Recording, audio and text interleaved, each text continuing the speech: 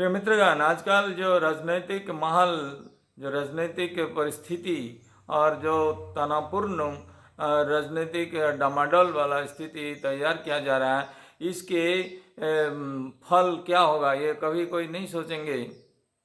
कोई भूखंड में अगर निर्दिष्ट भूखंड है जिसमें सीमारेखा है वो चिन्हित किया हुआ है, जिसमें एक निर्दिष्ट संख्यक जनसमाज रहते हैं, जिसमें एक कानूनन व्यवस्था वहाँ पे प्रचलित है, जिसमें संविधान है, जिसमें एक शासन तंत्र प्रचलित है, उसमें जो लोग रहते हैं वो उस देश का नागरिक कहते हैं और उस देश को एक नेशन स्टेट कह देते हैं, एक जाति का राष्ट्र।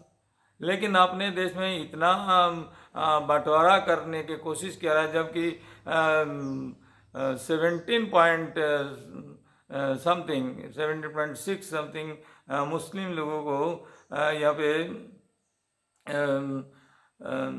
देश के नागरिक की समझने के लिए सिखाया नहीं जा रहा है।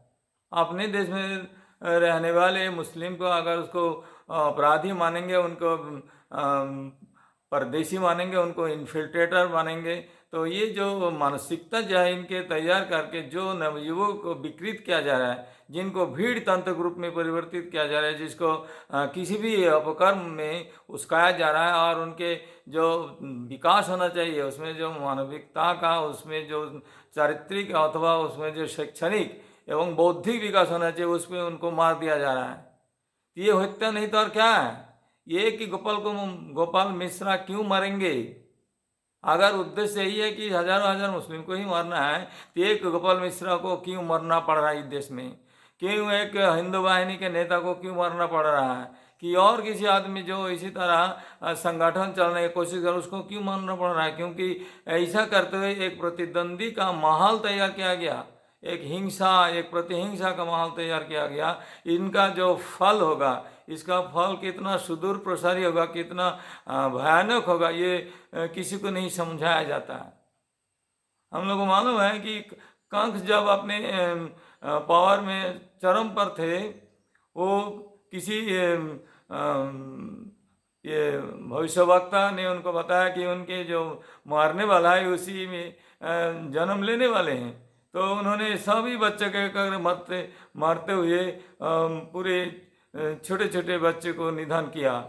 लेकिन वो जिस बच्चे को मरना चाहते थे उनके बहन के पेट में बच्चे का जन्म हुआ, वो श्री कृष्ण का जन्म हुआ और वो उसके भी मारने के लिए कितना भी प्रयत्न किए लेकिन वो मर नहीं सका। तो एक कंस जो कि हिंदू राजा थे, जो अपने ही प्रजा को अत्याचार करते हुए बर्बरता के चरम सीमा पर पहुंचे थे, उस राजा को भी बर्बाद करने, ध्वंस करने के लिए, उनका हत्या करने के लिए एक श्री कृष्ण का जन्म लेना पड़ा, अवतार लेना पड़ा। तो ये एक धार्मिक विषय जो ये है, जो इसको मानते हैं तो उसको भी ध्यान रखना चाहिए कि ये जो पावर का दम्भ है, जो भी अभी राजनीतिक तथाकथित रूप में अपने आप को श्रेष्ठ मानता है, जो अपने हाथ में बहुत सारा पावर आने के कारण वो दाम्भिक हो चुके हैं, वो भूल गए कि इनसे भी बहुत बड़े पावरफुल सब राजाएं जो हैं वो दुनिया से विदाई हो चुके हैं। हम लोग देखे थे कि धनानंद का अत्याचार जब चरम सीमा पर हुए तो हम पढ़े थे मध्यकालीन युग में, तो उस धनानंद अत्याचार के प्रतिरोध करने के लिए, उनसे बचने के लिए चंद्रगुप्त मौर्य का विकास हुआ। तो अपने देश में तो ऐसा भी इतिहास है, ऐतिहासिक तथ्य है, इसमें ये पता चलता है कि अन्याय जो है हमेशा बर्दाश्त नहीं किया जाता है। अपने हाथ में पावर है इसलिए कुछ भी कर लेंगे, अपने जो राज धर्म है उस धर्म का पालन नहीं करेंगे और विशेष उद्देश्य प्रणोदित होके एक विशेष गलत लक्ष्य लेकर लोगों के बीच में भेदभाव पैदा करते हुए राजनीतिक फायदा लूटने के लिए लोगों को विकृत करेंगे। ये जो नुकसान होगा, सुदूर प्रसारी होगा, इनसे देश को कौन बचाएगा? हम लोग पढ़े थे ग्रीस का इतिहास में कि एथेंस का लोगों को आज़ादी थे, उनके सभी मत और पथ के लोगों को पूर्ण आज़ादी था। वो लोग अपने साहित्य चर्चा कर सकते थे, वो लोग विज्ञान चर्चा कर सकते थे, उनके संगीत के चर्चा कर सकते, उसमें इतिहास का चर्चा कर सकते थे, उसमें गणित के चर्चा कर सकते थे। तो ये जो विभिन्न प्रकार के ज्ञान का जो ये विषय है, उस सभी विषय में एथेंस उन्नत हो गए थे। जबकि स्पार्टा अपने देश के जनगण को सिर्फ युद्ध नीति सिखाए थे, मारामारी का ट्रेनिंग दिया जाता था उनको, और उनके अंदर में सारे जो मानवीय गुण है उनको निशंस रूप में खत्म कर दिया गया था। और वो स्पार्टा का लोग कोई भी मानविक गुण से समृद्ध नहीं हुए थे, वो लोग काफ़ी पीछे हो गए थे। एथेंस जबकि सभ्यता का गौरवमय अध्याय पार कर गया था, तब स्पार्टा जो उसी के बगल वाला एक छोटा सा राष्ट्र, वो बहुत ही निम्न मान का जो जनगण है उसको लेकर लोग जी रहे थे।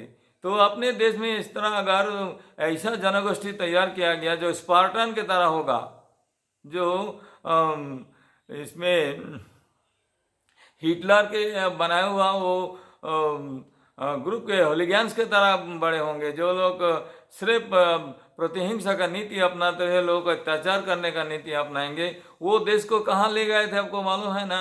तो ये शिक्षा नौजवानों को क्यों नहीं दिया जा रहा है? ये गोपाल मिश्र को क्यों किसी के घर में छत पे उठ के ऐसा झंडा जो किसी का धार्मिक भावनाओं से लगा हुआ था उसको तोड़ने का जो प्ररोचना जो है उसको कौन दिया था? और इसके चलते जो बाद वाले जो घटनाक्रम हो रहा है, इनमें जो देश का जो आर्थिक नुकसान हो रहा है, सामाजिक शांति हो, समन्वय जो क्षतिग्रस्त हो रहा है, इनसे इनके दुष्प्रभाव से देश को कौन बचाने वाले हैं? राष्ट्र स्वयं अगर एक पक्षपात का नीति अपनाते हैं, लोगों के बीच में भेदभाव का भावना पैदा कर रहा है, प्रतिहिंसा का नीति अपना के लोगों को अपने शत्रु को चिन्हित किया जा रहा है, तो अपने कभी भी अपने पड़ोसी को मित्र समझेंगे? हम तो कल सुन रहे थे जो शोरूम का मालिक थे, वो एक मुस्लिम मालिक थे, इसलिए उनको शोरूम को हीरो होंडा शोरूम को जला दिया गया। जबकि उनके जो पार्टनर थे, बिजनेस पार्टनर, वो एक हिंदू आदमी थे और उनके मित्रता काफ़ी दिनों से 30-40 साल तक वो एक साथ मित्र रहे और दोनों मिलकर एक बिजनेस चलाया करते। ये तो समन्वय का जो नीति है, ये जो मित्रता है, ये जो भाईचारा है, ये भारतीय का रूप है। अभी जो मस्जिद के सामने बहुत ही अश्लील गाना जो लिखता है, वो तो जानवर से भी बदतर है, वो तो पशु से भी ये निम्न मान का प्राणी है। जो उसको मालूम है कि किसी को माँ को किसी बहन को उल्लेख करते हुए जो गाली लिखा जाता है, वो उनके खुद का माँ वो गाली उसके माँ के लिए जाता है। जबकि ये वो सब लिख सकता है और जो कोई गा सकता है, वो अपने तत्कालिक फायदा लूटने, आर्थिक रूप में समृद्ध होने के लिए अपने भविष्य को प्रजन्मों को आग के हवाले कर रहा है, झोंक रहा है इनके इसी तरह विभिन्न प्रकार को बर्बादी का रास्ता अपनाने के लिए। इससे देश को कौन बचाने वाले हैं? कोई नहीं सोचेंगे इसके लिए, किसी को सोचने की क्षमता ही चला गया। जो शिक्षित आदमी है, जो अपने आप को शिक्षित समझते हैं, वो शिक्षित अगर है तो उनके तो पहले गुण ये नहीं होना चाहिए, वो विवेकवान होंगे, वो विवेकशील होंगे। और शिक्षा होते हुए विवेकशील नहीं है, अपने नौजवान बच्चे जो अशिक्षित है, अर्धशिक्षित है, जो उनके अपने कोई भविष्य नहीं है, कोई नौकरी नहीं है, नौकरी पाने के लिए जो योग्यता होना चाहिए, जो गुण होना चाहिए, वो उसके लिए काबिल नहीं बना पाया, तो वो बच्चे जो अपने हताशा निराशा को झेलते हुए जो अपने सहन नहीं होकर पाता है, इसी तरह तात्कालिक उत्तेजक काम में अपने आप को जुटा लेते हैं, इसी तरह अपने मन का कुछ शांति लेने की कोशिश करें, लेकिन उसमें की शांति प्राप्त हुई? गोपाल मिश्रा का आत्मा को शांति मिलेगा? जबकि उनको तो मरने का नहीं था, वो पूजा का जो प्रोसेशन जा रहे थे, जुलूस जा रहा था, उसमें चले जाना चाहिए था। उनको तो खुद ही बोलना चाहिए था। इसी तरह अश्लील गाना लगाते हैं, किसी को आहत करने से तो भड़केंगे। किसी को गला दबा के लगातार हमको उसको जबरदस्ती उसको ये बोलना है कि लो इसी तरह तुमको पीना पड़ेगा, ये क्विनाइन, ये नीम का पत्ता का रस, इसी तरह जबरदस्ती को पिलाएंगे, तो कब तक पियेंगे? वो विरोध तो करेंगे ना। तो अपने उसको जहर पिला रहा है। नीम का पत्ता तो थोड़ा बहुत सहन भी हो सकता है, लेकिन जब जहर घोल रहा है कान में, जब उसको दिल में उसको ठेस पहुंच रहा है, तो जिसके ठेस भी पहुंच रहा है वो तो चुपचाप नहीं बैठेंगे। इसी देश में जैसा कि श्री कृष्ण का जन्म हुआ, वो एक नराधम, जो भले वो पौराणिक कहानी में उसको दैत्य कहा गया, लेकिन दैत्य नाम के कुछ नहीं था, एक नराधम था, इसीलिए उनको दैत्य नाम को बोल के उनको सिर्फ हीन व्यक्ति रूप में चित्रित किया गया था। वो दैत्य कभी भी नहीं है, दैत्य एक काल्पनिक प्राणी है, दैत्य जिंदगी में कहीं पे नहीं रहा। तो जो तत्काल युग में दैत्य के रूप में दानवीय रूप शक्ति को प्रकट करते मनुष्य का सारे गुण छोड़ के ये पशु के बराबर हो गया, तो वो जो कांक्ष था उनका हत्या करने के लिए, जैसे कि अपने श्री कृष्ण का विकास हुआ, उदय हुआ, जैसे धनंजन को समाप्त करने के लिए चंद्रगुप्त मौर्य का उदय हुआ था, उसी तरह अपने देश में देखे थे प्रहलाद को अपने ही पिता जो एक हिरण्यकशिपु जो अपने आप को भगवान मानते थे पावर के दंभ में, उनको भी अपने निशिंग अवतार आके उनको रक्षा करने क्रम में उस हिरण्यकशिपु को हत्या किया गया। तो ये जो तथाकथित विचार है, जो एक प्रतारक भंड आदमी जो है, जिसको हताश निराश रहा होगा, विकृत मानसिकता का जो है, जो आरएसएस का संगठक रहे होंगे, जो सूचना किया होगा, उनको तो मानसिकता विकसित थी। ये विकृत मानसिकता वाले आदमी का जो संगठन है, वो देश में कौन सा अमल, कौन सा भाईचारा अपने प्रतिष्ठित करेंगे। हम जब सुनते हैं कभी कभी जो तथाकथित भाई लोग हैं जो आरएसएस के तरफ से पूरे श्रेष्ठता का जाहिर करते हैं अपने माइक पे खड़े होकर, वो को भी मालूम है कि जो बोल रहे हैं वो सच नहीं है, लेकिन वो भी अपने पद और पोजीशन को, गरिमा को बनाए रखने के लिए इसमें झूठ फैलाते हैं और लोगों को विकृत मानसिकता को तैयार करते हैं। इससे देश का जो नुकसान होगा, इस नुकसान से कौन देश के बचाएंगे, ये कोई नहीं सोचेंगे। अगर सोचेंगे नहीं तो इसमें जो मारकाट होगा, इसमें जो सांप्रदायिक संप्रीति बिगड़ेंगे, इसमें जो हमेशा तनाव होगा, इसमें कौन सा आर्थिक विकास होगा देश का। मिलिट्री के जरिए, आर्मी के जरिए और पुलिस के जरिए एक पुलिस तांत्रिक राजनीतिक व्यवस्था देश में बहुत दिन तक स्थायी रूप से नहीं चल सकता है। लोगों को विश्वास, लोगों को आस्था, लोगों को भरोसा को तोड़ते हुए ये इसी तरह अत्याचार का नीति अपनाते हुए लोगों में जो भय का जो माहौल पैदा किया जा रहा है, इस भय से लोगों को निजात दिलाइए। जो लोग भय दिखा रहे हो, खुद स्वयं बहुत भयभीत आदमी रहे होंगे जिंदगी में, किसी को प्यार करने का, किसी को स्नेह दिखाने के लिए, किसी को अपने जो मानवीय गुण दिखाने के लिए जो गुण होना चाहिए, जो श्रेष्ठता होना चाहिए, उसमें से किसी में नहीं है। वो खुद का पशुता को जो है वो लोगों के सामने बहादुर में जाहिर करे, क्योंकि हाथ में पावर है। अगर उसमें पावर नहीं रहे, वो राजनीतिक क्षमता उसके किसी भी समय में अगर चले जाएंगे, जिस दिन चले जाएंगे, वो मिट्टी में अपने मुंह में घुसा के होते हुए वो खुद का आत्महत्या करेंगे एक दिन। और ये एक आत्महत्या करने के समय आने के पहले उनको भी समझना चाहिए कि इसी तरह अहंकार और घमंड जो है इस धरती में किसी को कभी नहीं बर्दाश्त किया गया। तो आप इस राजनीतिक नेताओं से मेरा ये विनम्र निवेदन है कि ये घमंड के इतने जो झूठ प्रचार के जो बोलबाला चल रही, इससे देश को बचाइए भाई प्लीज। लोगों को डरा के लोग ज़्यादा दिन नहीं डरने वाले हैं यार। जो नहीं डरेंगे तो उसका जो रिपार्केशन होगा, उसमें जो प्रतिक्रिया होंगे, उनका फल बहुत ही भयावह होगा। और इस भयावह परिस्थिति में, इस आग में झोंकने के लिए वो खुद स्वयं जिम्मेदार होंगे। ठीक है ना। तो ये चीज़ से देश को बचाइए। सबके लिए एक शांतिपूर्ण परिस्थिति बनाइए, सबके लेकर देश के आर्थिक एवं सामाजिक एवं वैश्विक उन्नति जो होना चाहिए वो इसीलिए कोशिश कीजिए, ताकि विश्व में भारत का जो नाम है फिर से दोबारा उन्नत हो सके। किसी को अत्याचार करते, किसी को मारते हुए, किसी को खून बहाते हुए कतई आपने कोई भी देवी देवताओं जो हैं, भले उनके असुर को हत्या करने के लिए उनको बनाने जाने का बात कहा जाता है, लेकिन वो भी ये नहीं मानते होंगे कि ये अत्याचार होना चाहिए। ठीक है ना। हम लोग पढ़े थे कभी कि जब दक्ष राजा अपने दामाद शिव जी का किसी यज्ञ में आमंत्रण नहीं किया था, उसको देखते हुए उनको जो बीवी जो थी वो इतना दुखी हुई, इतना हत हुई कि वो अपने प्राण त्याग दी। और जब प्राण त्याग दिए, जो शांत प्रिय जो शिव जी है वो आके इतना तांडव नृत्य किया कि वो तांडव नृत्य के चलते जो पूरे दक्ष का यज्ञ को तोड़ फोड़ करके बर्बाद करके मिट्टी पलित कर दिया, जमीन दोष कर दिया गया। तो ये अहंकार जो था दक्ष जैसा खत्म हो गया था। उसी तरह अपने देश में जो भी अहंकारी शासक है, इनके भी ये पावर एक दिन खत्म होगा। तब जाकर देश को निष्कृति मिलेगी।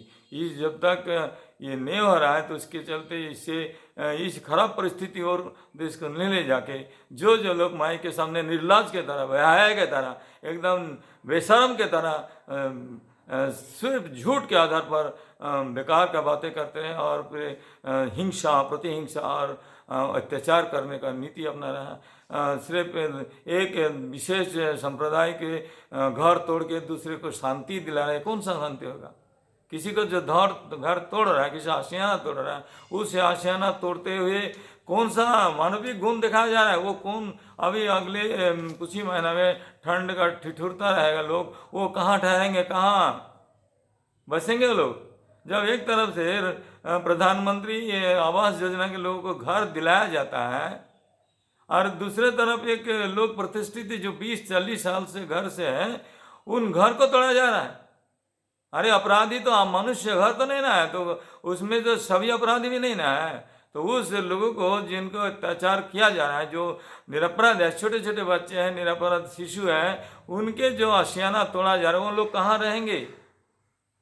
जैसे कि नेतन्याहू जो अपने दम के आधार पर आम मुस्लिम जन समाज को बर्बाद करने के लिए युद्ध लगाते रह गया, युद्ध चलते रह गया, उसमें कौन देश का उन्नति रहा? न इजराइल विकसित हुआ, ना वो गजापट्टी का लोग विकसित हो पा रहा है। इसमें जो नुकसान हो रहा है तो सामूहिक रूप में मनुष्यता का, मानवता का नुकसान हो रहा है। इनसे लोग आनंद ले रहा है। नेतन्याहू पूरे हमास गोष्ठी को बर्बाद किया सुन के तथाकथित मूर्ख जन समाज, अंधकार में रहने वाले समाज, अंधभक्त जन समाज, जो उनका उनमें विवेकशीलता नहीं है, जिनका अपने कष्ट लेकर कोई चेतना नहीं है, उनके बेकार बेरोजगारी लेकर कोई चेतना नहीं है, आर्थिक कष्ट लेकर उसको चेतना नहीं है, उनके घर नहीं है, घर में कपड़ा नहीं है, उनके दीवार में पलस्तारा नहीं है, वो लोग जो इसी तरह उन्माद की तरह, पागल की तरह कुछ चंदा उठा के डीजे बजाते हुए अपने उत्तेजना को फैलाते हुए जा रहा है, वो अपने तथाकथित कष्ट को ढांकने की कोशिश कर रहा है।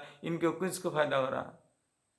हमने तो वीडियो में देखा कि जो गोपाल मिश्रा का घर जो वातावरण है वो बहुत ही निहायत ही गरीब लड़का है, उनके घर में प्लास्टर भी नहीं है कहीं पे। तो ये जो आर्थिक रूप में एक निम्न वर्ग के लोग हैं, उनको बड़े होने का रास्ता तो नहीं दिखाया गया। कैसे वो उन्माद होकर लोग दूसरे पर अत्याचार करने के लिए तैयार होंगे, कैसे उनको इसी तरह काम में जुटाया जाएगा, ये इसी तरह प्लान किया जा रहा है। इसमें आपने एक देश के, मेरे भाई जो है वो गोपाल मिश्रा हो, मेरे बेटे का समान है, उसको क्यों मारा गया? इनके कौन जवाब देंगे? उनको बीवी जो विधवा हुई है, उनके क्या वो राजनीतिक दल आरएसएस लोग भी वो उस विधवा का जो कष्ट है उनको कम कर पाएंगे? अगर उनके जो मारे हैं गोपाल मिश्रा, उनके जो हत्याकारी है, उनको भी फांसी दिया जाएगा, उसको हत्या कर दिया जाएगा। इसमें आर्थिक लाभ या सामाजिक जो शांति जो है किस तरह प्रतिष्ठित होंगे, किसको लाभ होगा इसमें? हमने तो देखा कि उनके बहन, उनके बीवी गोपाल का, वो लोग भी इसी तरह उन्मादना से ग्रसित है। वो लोग अभी इतना बड़े सदमा होने के बावजूद उसके अंदर शांति लेने का प्रतिष्ठित नहीं है। इनमें जो दानवीय रूप उनके अंदर में भी जगा हुआ है, इससे दानवीय रूप से लोगों को निजात कौन दिलाएगा? ये जो राष्ट्र व्यवस्था है अपने अपने अपने देश में प्रतिष्ठित किया पिछले 10-12 साल से, ये भयानक है। ये काम जो है वो कांग्रेस भी ठीक ढंग से देश के अंदर प्रतिष्ठित नहीं कर पाया, और खास करके अपने देश का जो जनगण है उसके अंदर में राजनीतिक चेतना जो है बहुत अविकसित है। धर्म को राजनीति के साथ मिला जुला के वो लोग सोचते रहते हैं। धर्म और राजनीति अलग जगह पे है। धर्म घर का विषय है, घर दिल का, आत्मा का विषय है, और राजनीति घर के बाहर का विषय है, वो राष्ट्र का विषय है। वो दोनों को एक साथ मिला के ये जो अत्याचार का नीति अपनाया गया, इनसे देश को बचाइए, इनके दुष्प्रभाव से देश को बचाइए। भाई आप तो लग रहा है आपको यहाँ पे सत्ता करते हुए, बहादुरी दिखाते, कितना कुछ मसा चले जाएंगे, कितना जाएंगे? मोदी जी 10 साल जाएंगे, 15 साल जाएंगे। अटल बिहारी वाजपेयी ना है उसमें, नहीं ना है। उसी तरह मोदी जी भी एक समय, जबकि वो अच्छे कुछ नीति अपना रहे हैं, अपनाए थे। लोगों को सामूहिक रूप में कोई भेदभाव करते हैं, सभी को किसान सम्मान निधि देते हैं, बाकी सब ये जो है प्रधानमंत्री रोजगार योजना का पैसा बांट रहे हैं। तो वो उसको बांट जब एक तरफ से है तो उनको घर क्यों तोड़ाया जा रहा है? इसमें कौन सा अमानवीय गुण दर्शा रहा है? कितना दिन तक राजनीति में इसी तरह पकड़ के रखें, जकड़ के रखेंगे? धनानंद जिंदा थे क्या बहुत दिनों तक? हाँ, क्या वो कंस जिंदा थे बहुत दिनों तक? तो जब जिंदा नहीं थे, इतना ही क्षणिक की जिंदगी लेकर इतना बहादुरी दिखाने का, ऐसा एक आसाम के एक बेहुदा जो ये है चीफ मिनिस्टर है, जिसको बात करने का ढंग नहीं है, उस गधे जो है वो बुरे बुरे शब्द अपशब्द बोलते हुए लोगों को सिर्फ उस्काते रहते हैं। वो कुछ दिनों तक पहले तक वो कांग्रेस के बहुत ही जाने माने लीडर थे, जब अपने पीठ बचाने के लिए जैसा वो चले गए तो आपने को तथा रंग बदल लिया। गिरगिट से भी भयंकर जो आदमी है वो लोगों को जो नुकसान कर रहा है, इस देश का जो बुरी हालत के लेकर जी रहा है, इसके अगर हाथ में अगर बहुत दिनों तक पार रहे तो ना हिंदू बचेंगे ना मुस्लिम बचेंगे। देश आग के हवाले हो जाएगा और इसी तरह सांप्रदायिक दंगा और ज़्यादा से ज़्यादा हो जाएगा। राष्ट्र आर्मी को देकर कितना दिन नहीं सब दबा के रखेंगे? 17 करोड़ 18 करोड़ मुस्लिम हैं, उनके 17 करोड़ मारना मुश्किल है ना। 17 करोड़ मारेंगे तो उनमें से मान लें कि 10 करोड़ मार देंगे, तो वो भी 2-5 करोड़ मारेंगे हिंदू को। ऐसे मर जाएंगे चुप अपने आप, जहाँ जो मर लो, हम पतंग है, हमको काट दो डोरी में, दूर गिर जाऊंगा, मैं कीड़ा मकोड़ा में आग जला दो, मैं जल जाऊंगा, ऐसा करते थोड़ी करेंगे। उनमें भी तो इसी तरह आतंकवादी का भाव जागेगा। आतंकवादी नाम के सिर्फ मुस्लिम के चिन्हित किया गया। क्या जो डीजे बजा रहा है, आलतू फालतू गाली बकते, किसी वहाँ जो माँ के सम्मान करने का लायक होता है, किसी माँ को वाहन कर लेकर गाली जो दे के जो माइक बजा रहा है मस्जिद के सामने, वो कौन सा धार्मिक पंथी है? अगर अपने धर्म करना है तो विभिन्न प्रकार के जो गाने हैं, जो धार्मिक गाने हैं, उस गाने को बजाइए। माँ संतोषी के बहुत सारे गाने हैं, दुर्गा माँ के लिए बहुत सारे गाने हैं, उस गाने को बजाइए और शांतिप्रिय ढंग से जाइए। बड़े बड़े तलवार को इसी तरह प्रदर्शन करते हुए, खड्ग प्रदर्शन करते हुए क्या जाहिर कर रहा है कि आप मनुष्य हैं? आप मनुष्य नहीं है, आप पशु से भी बदतर है। आप एक ऐसा जनगोष्ठी है जिसको सिर्फ भीड़ नाम के, ना आप एक भारतीय है, ना एक हिंदू है, ना एक मुसलमान है। आप एक सिर्फ पशु है, और इस पशु का जो नेता है, उस पशु से बर्बरता से भरा हुआ नेता के हाथ में, चुंगल में जब तक ये देश रहेगा, इस देश का भला कभी नहीं होने वाले हैं। इनसे नुकसान से उस नेता से मेरा निवेदन है कि ये सब नीति बदली। आप तो हो गया, बहुत हो गया, आप मेजोरिटी आ गया कांग्रेस से। बहुत दिनों तक कितना भी कर ले, बहुत दिनों तक कांग्रेस इस देश में नहीं आने वाला है। मैं बोल रहा हूँ, इसका कारण क्या है? क्योंकि वो पार्टी इतना भारत में विभाजित है कि ये सिर्फ 34% लोग इकट्ठा बीजेपी को वोट देते हैं, तब भी वो बाकी लोग मिलके अपने पावर में नहीं आ सकता, क्योंकि वो लोग खुद अपने आपस में लड़ते रहे हैं। हम लोग मालूम है कि ये इब्राहिम लोदी वो इतना अत्याचार करते थे दिल्ली में कि उनके जो प्रतिवादी जो लोग जो थे, उनको बाबर को बुलाया और बुला के उनको अटैक करवाया। भारत का ही लोग थे वे लोग जो बाबर को बुलाया था। तो ये जो अत्याचार करने वाले होते हैं वो उसका विनाश अनिवार्य है। और हम लोगों को ये बात भूलना नहीं चाहिए, इतिहास को कितना भी विकृत कर ले, कितना भी मिस इंटरप्रिटेशन कर ले, लेकिन ये बात भूलना नहीं चाहिए कि अहमद शाह अब्दाली जब भारत अटैक किए थे, तब वो एक रात में जब युद्ध विरति हुई थी, रात में तो युद्ध नहीं होता था, जब विरति तो बाहर में निकले हो, देखा कि जो विरोधी खेमे के लोग जो हैं वो राजपूत का लोग है, वो उनके अलग अलग खेमे में धुआं उठ रहा है। वो उन्होंने गुप्तचर को पूछा था कि ये अलग अलग खेमे में क्यों धुआं जल रहा है? बोले कि ये लोग आपस में क्या नहीं है, मित्रता नहीं है, एक साथ एक जनगोष्ठी के रूप में अपने आप को नहीं बन सकता, इसीलिए वो लोग खाना भी अलग अलग जगह पे बनता है। तो ये अगर स्थिति अगर नहीं होता तो अब अहमद शाह अब्दाली उस युद्ध में नहीं लड़ सकते, जीत सकते थे। उनको बोला कि हाँ, जिस देश में लोग इसी तरह बांटे हुए हैं, इनके तो परास्त करना आसान है। वो रात में अटैक कर दिए और सारे को छत्रभंग कर दिए और जीत हासिल कर लिए।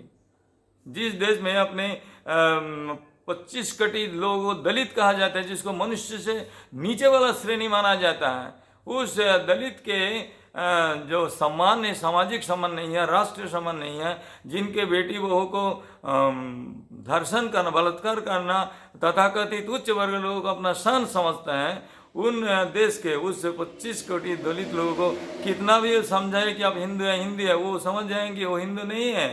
उनको बहू बेटी के असम्मान होने का जो अमल अभी भी चल रहा है, तथाकथित ऊपर वाले का माने ऊपर वाले माने जो समाज के उच्च श्रेणी के लोगों को घमंड के रूप में पाल रहा है, इनके अत्याचार सहसा अगर एक दिन जब चेतना जागेंगे तो ये लोग भी पूरा खींच के जमीन पे जमींदोज कर देंगे। तो ये जो है क्षणभंगुर है। इस तरह एक हिंदू बंटोगे तो काटोगे, एक होगे तो नेक होगे, तो ये सब जो बोल रहा है वो खुद ही मालूम है कि वो ये सब विश्वास नहीं करता है, और विश्वास करता होगा तो दलित किसी तरह हीन दृष्टि से नहीं दिखा होता। बेमुला को एक यूनिवर्सिटी में पढ़ने वाला लड़का को पीट पीट हत्या नहीं किया हुआ होता। एक लड़का जो एक किसी के कुआं में पानी पी लेता है दलित, उसको पीट पीट हत्या नहीं किया गया होता। झूठे केस में फंसा के बेगार का बेमतलब का दलित लोगों को पीट पीट हत्या नहीं किया गया होता। एक लड़की जो दलित समाज के है वो साइकिल चला के जाने क्रम उसमें दुपट्टा खींच के जमीन पे नहीं गिरा होता। ऐसा सिचुएशन देश में क्यों हो रहा है? इसकी राजनीतिक जो खामियां हैं, इन सब देश के बजाय ये मुसलमान से आपको छुटकारा लेना नहीं है। मुसलमान यहाँ पे अपने देश के लिए पूरे समर्पित है। 2, 4, 5, 10 व 5% लोग जो आतंकवादी है उनको उड़ाई ना भाई, कौन मना कर रहा है? लेकिन जो अमन चैन वाले मुस्लिम हैं उनको अत्याचार करते हुए आप क्या आतंकवादी को संख्या बढ़ा रहा है? इनको बचाइए और देश के विकसित करने के लिए जो भी सही नीति होगा वो बनाइए। कांग्रेस के लेकर आपको कुछ कांग्रेस के बारे में सोचना ही नहीं है। कांग्रेस अगले 20 साल तक नहीं आने वाले, ये मेरा अंदाजा है, क्योंकि इसका वो जो एकता है, जो समरसता है वो उसमें नहीं है। वो आपस में लड़ते हुए सहमत हो जाएगा। भले लोकल किसी किसी राजनीतिक पार्टी जो एक प्रदेश में है वो कुछ अपना दिखाने की कोशिश करेगा, लेकिन अंतिम में ये लोग जो है बहुत दिनों तक ये टिक नहीं पाएगा। एक सामूहिक नीति अनुसार एक जनगोष्ठी को आगे बढ़ाया जा सकता है। प्रतिहिंसा का नीति, घृणा का नीति, हेट स्पीच देते हुए जो भी तथाकथित तो बड़े वंश का जो आदमी है, जो किसी का नाम गिरिराज है, किसी के नाम आदित्यन है, ये जो तथाकथित उच्च वर्ग का जो राजपूत वंश का लोग है, अपने देश का सुरक्षा के लिए सोचना चाहिए, ना कि देश के खून बहाने के लिए। ये सभी से निवेदन है कि आप अपने भ्रमित जो एटीट्यूड है वो भ्रम जल से बाहर निकलिए और एक अच्छे आदमी बनने की कोशिश कीजिए। आपका कोई भाई नहीं है, राजनीतिक रूप से तो आपको तो कोई नहीं ला पाएगा, इतना तो पूरा विश्वास है। मेरे सबके विनम्र अनुरोध है कि आप इसको चेंज कीजिए और देश को विकसित करने के लिए जो भी नीति ठीक होगा वो करिए। देश को एक सचमुच में एक गणतांत्रिक देश के रूप में, एक प्रजातांत्रिक देश में प्रतिष्ठित कीजिए। बाकी तो आप कर ही रहे हैं। जो अनाज दिया जा रहा है, एक हिंदू को जब दिया जा रहा है उतना ही अनाज मुस्लिम को दिया जा रहा है, ऐसा नहीं दिया जा रहा है तो दिया क्यों? उसको मार दीजिए पहले ही। अनाज देने की क्या आवश्यकता है? जो घर दिया जा रहा है वो आवास योजना का, वो पैसा उसको मत दीजिए।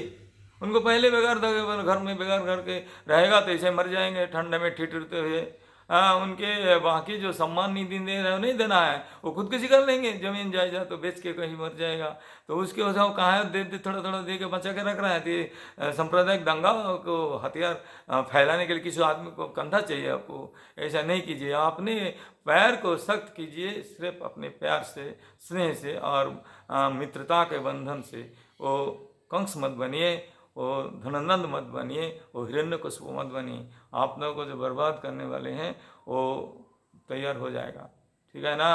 बांग्ला में एक कहावत है कि तुम्हा के मारिवे जे गोकुले बाड़ी से। इसका मतलब क्या है? कंस के बारे में बोला गया था कि तुमको जो मारने वाला है वो गोकुल में पल बढ़ रहा है, उसमें पूरा भारत में कोने कोने लोग बढ़ रहा है। जिसको नौजवान को कितना दिन बंद कर रखेंगे, कितना दिन उसको इसी तरह परेशान करते रहेंगे। उनमें से कुछ ऐसा कुछ गोष्ठी होगा जो ये लोग नहीं डरेंगे, और डर के आगे जीत होगा या नहीं होगा, कम से कम अत्याचार सह के मरने का जो कायरता है वो पाप लेकर वो नहीं मरने वाला चाहेंगे, वो बेपरवाह हो जाएंगे। वो अपना प्रतिहिंसा का जवाब प्रतिहिंसा से देंगे तो जीना हराम हो जाएगा। प्लीज़ आप लोग सोचिए थोड़ा भाई, हम भी ज़िंदगी में एक अहम ही सफ़र कर चुके हैं, लेकिन अपने जो जनगोष्ठी है, बाद में जो भारत का जो जनगण रहेंगे उनके लिए मैं बहुत ही दुखी हूँ, चिंतित हूँ। और इस चिंता, मेरा एक आदमी का भी चिंता है तो वो बहुत सारे मेरे तरह हजारों आदमी होंगे जो इसके चिंता होंगे।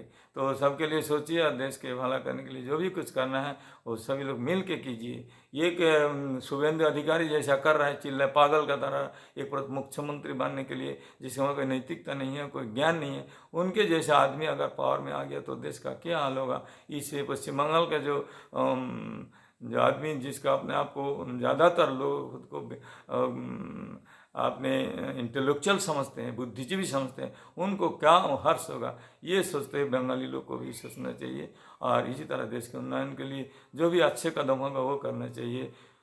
जय हिंद। सभी लोग भारत माता की जय। मैं इस जयकान के साथ मैं आपको रिक्वेस्ट कर रहा हूँ कि देश के लिए जो भी कुछ सही काम होगा वो करिए।